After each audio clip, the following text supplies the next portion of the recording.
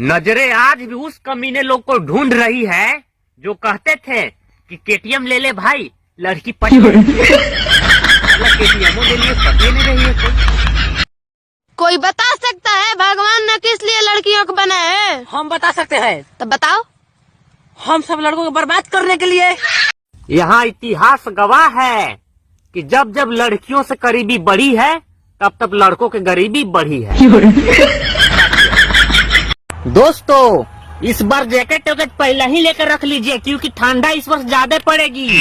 काहे कि पैसों गर्मी तो सबके निकल ही गया है 2020 में। पैसा के भी रहिए नहीं, खत्म सब।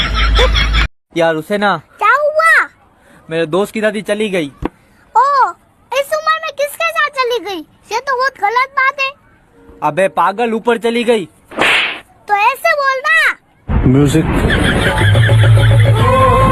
तो आज पढ़ाई करने का मूड नहीं है, आज मूड फ्रेश करते हैं। नींबू एक शायरी सुनाओ। Yes sir.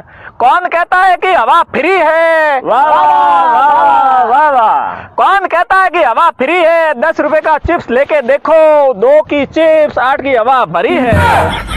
बताओ मंकी को हिंदी में क्या बोलते हैं? बंदर। आपने बुक में देख के बोला ना? नहीं, मैंने तो उसको देख के बोला।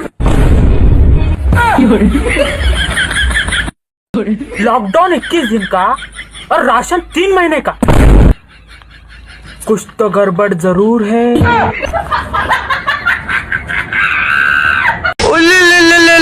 मेरे बाबू ने थाना थाया।